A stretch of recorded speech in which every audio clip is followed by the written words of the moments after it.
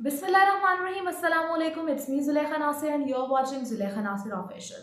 आज जो कहानी मैं आप तक पहुंचाने के लिए लेकर आई हूँ वो है जावेद इकबाल की। जावेद इकबाल ने आज से 20 साल कबल 100 बच्चों को बेदर्दी से ज्यादती के बाद कत्ल कर दिया था।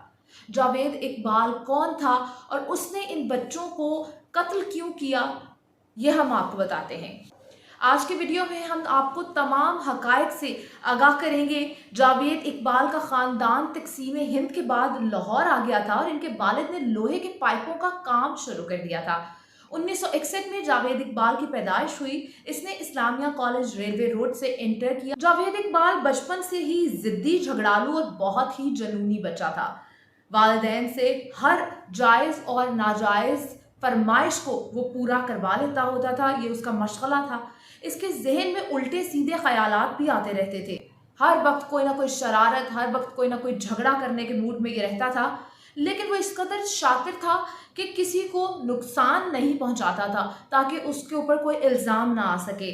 जावेद इकबाल के वालिद ने इसे शादबाग में लोहे के पाइप बनाने का एक छोटा सा कारखाना बनाकर दिया, जहां पर वो बच्चों को लेबर के तौर पर भर्ती करता, इनकी हर जरूरत को पूरा करता। बच्चों को लुभाने के लिए उसने सांपों और मछलियों की एक दुकान भी खोल ली। और आपको बताती चलूं कि ये वही शादबाग था जिसमें पहली बार बदफेली का इल्ज़ाम इस पर लगाया गया था और इसके खिलाफ मुकदमा भी दर्ज कर लिया गया था। वो इस सब से फरार हो गया था। इसको लाहौर के मुख्तलिफ इलाकों में वो मुकीम रहा था और इसका टर्निंग पॉइंट 17 सितंबर 1998 में रात के वक्त हुआ। इस रात जावेद इकबाल एक मालशे को अपने घर ले आया और इसको मालिश के बहाने इसके साथ ज्यादती कर डाली। जब वो सो गया तो उस मालशे ने उससे ठान लिया कि उससे बदला लेगा और मालशे ने उसकी अलमारी से बंदूक निकालकर उसको इतने बट मारे कि जावेद इकबाल सख्त जख्मी हो गया। माशिया वहां से फरार हो गया। जावेद इकबाल इस कदर जख्मी हो गया कि जनरल हॉस्पिटल में जेरे इलाज रहा। इसके सर की कई हड्डियां टूट चुकी थी और वो कई माह तक जेरे इलाज रहा था। इसी दौरान इसकी वालिदा ने इसका ख्याल भी रखा था। पुलिस ने भी मालशे के बजाय जावेद इकबाल के खिलाफ ही मुकदमा दर्ज कर डाला। जावेद इकबाल अपनी मां को पहुंचने वाली तकलीफ और पुलिस के रवैये से दिल बर्दाश्ता हो गया था और इसने ये फैसला कर लिया था कि अब इसने बदला लेना है। वो कहता था कि इसने घर से भागे हुए ऐसे 100 आवारा बच्चों को कत्ल करके ही दम लेना है। इससे पहले कि हम इसकी करतूतों का जिक्र करें, यहाँ पर एक हैरान कुन पेशगोई का जिक्र करना जरूरी हो गया है। जावेद इकबाल के भाई जियाउल हक ने पुलिस को एक बहुत बड़ी पेशगोई की और जियाउल हक ने ये पेशगोई पुलिस को उसी दुकान में बैठकर की जिस दुकान में जावेद इकबाल ने मछलियां और सांप रखे हुए थे ताकि वो उन बच्चों को लुभा सके। इसके भाई ने ये पेशगोई की थी कि हमारे खानदान के एक बुजुर्ग ने जावेद इकबाल को देखकर कहा था कि जावेद इकबाल, तुम एक दिन बहुत बड़ा नाम कमाओगे, वो नाम नेकनामी में हो या बदनामी में। उसके भाई के मुताबिक जावेद को बचपन ही से ये शौक था कि वो इसका एक दुनिया में नाम हो और इसने अपना ये नाम बच्चों को कत्ल करके कमा लिया। और जावेद इकबाल इस वाक़े के बाद 16 बी रावी रोड के इस मकान में शिफ्ट, जहां 9 माह बाद इसने 100 बच्चों को कत्ल करने का दावा किया था। बच्चों के कत्ल का आगाज 20 जून 1999 को हुआ। 26 जुलाई को जावेद इकबाल की वालिदा का इंतकाल हो गया। उसके बाद ज्यादतियों का सिलसिला उसने तेजी से बढ़ा दिया। उसके तरीका वारदात ये था कि से जो भागे हुए दाता दरबार पर बच्चे आते थे वो उन बच्चों को अपने घर ले आता था और उसके बाद वो उन बच्चों के साथ ज्यादती कुछ यूँ करता था कि उनको नहलाता था, धुलाता था, उनको अच्छे कपड़े पहनाता था और उसके बाद ज्यादती करके कत्ल कर देता था। इससे आगे बढ़ते हैं और आपको बताते हैं कि जावेद इकबाल ने जब ये जुर्म कबूल कर लिया और उसने चाहा कि मैं ये जुर्म जाके अपना जो है वो बयां कर दूं, मैं इस जुर्म का अजाला कर लूं, तो उसने पुलिस को एक ख़त लिखा।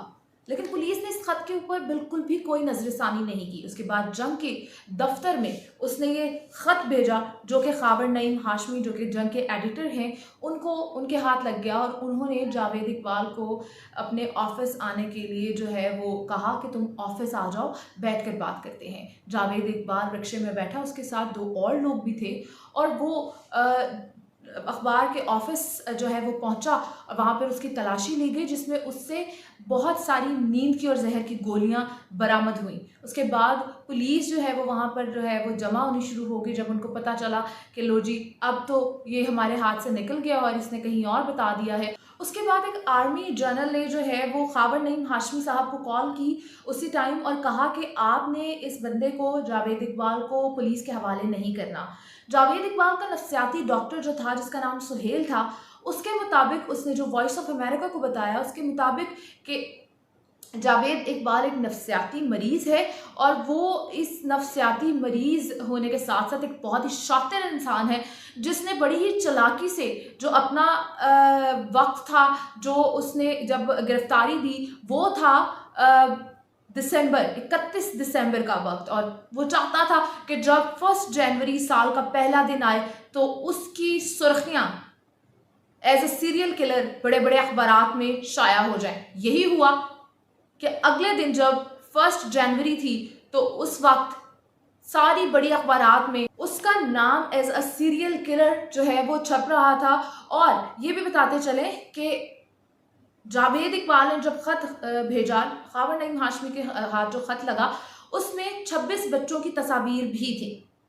इसके साथ साथ फिर आपको ये आगे बताते चले कि वो इंसान जो सबसे पहले जावेद इकबाल के घर पहुंचे वो मेरे उस्ताद थे और उनका नाम है जमील चिश्ती साहब। वो बताते हैं कि जब मैं उसके घर पहुंचा तो मैंने क्या देखा कि ड्रम्स में तेज़ाब के अंदर जो है वो हड्डियां पड़ी हुई हैं बच्चों की। एक कोने में 100 जूते बच्चों के और एक कोने में 100 कपड़े बच्चों के पड़े हुए हैं। जग 2 भरे हुए मिले उनको जिसमें बच्चों के बाल थे। आप सोच सकते हैं कि किस कदर जुनूनी इंसान था ये, जो कि बच्चों के कपड़े और जूते इकट्ठे करता था। एक कमरे से एक जंजीर भी मिली, शायद वो उससे बच्चों को बांधता होगा और ज्यादती का निशाना बना के इस तरह कत्ल करके उन बच्चों को वो उस तेज़ाब में, जो कि ड्रम में वो तेज़ाब था, उसमें वो डाल दिया करता था और 15 से 20 मिनट में वो महलूल हो जाया करता था सारी बॉडी और शायद हड्डियां बच जाती होंगी। जब मैं ये कहानी सुन रही थी और मैं ये रीड कर रही थी इसका पूरा वाकया, तो मेरे रोंगटे खड़े हो रहे थे कि कौन ये इंसान है जो इतना बेदर्द हो सकता है कि वो बच्चों को, मासूम बच्चों को जो है वो इस कदर बेदर्दी से मारे। जमील चिश्ती साहब कहते हैं कि हमने ये सारा कुछ समा देखा तो हम खुद हैरान हो गए कि ये कौन सा ऐसा इंसान है जिसके अंदर दिल ही नहीं है।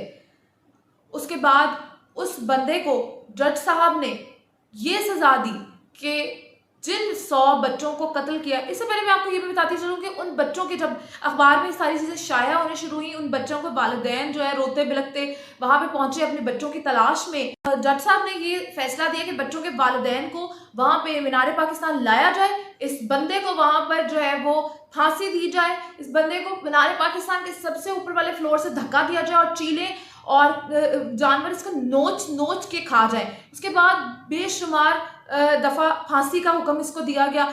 इस बंदे को शायद कोई एहसास नहीं था, वो अच्छा या बुरा नाम बनाना चाहता था, यही उसका मिशन था। जब वो जेल में था तो जेल के जो कैदी थे और जेल का जो स्टाफ था वो आते जाते इसके मुंह पे थूका करते थे।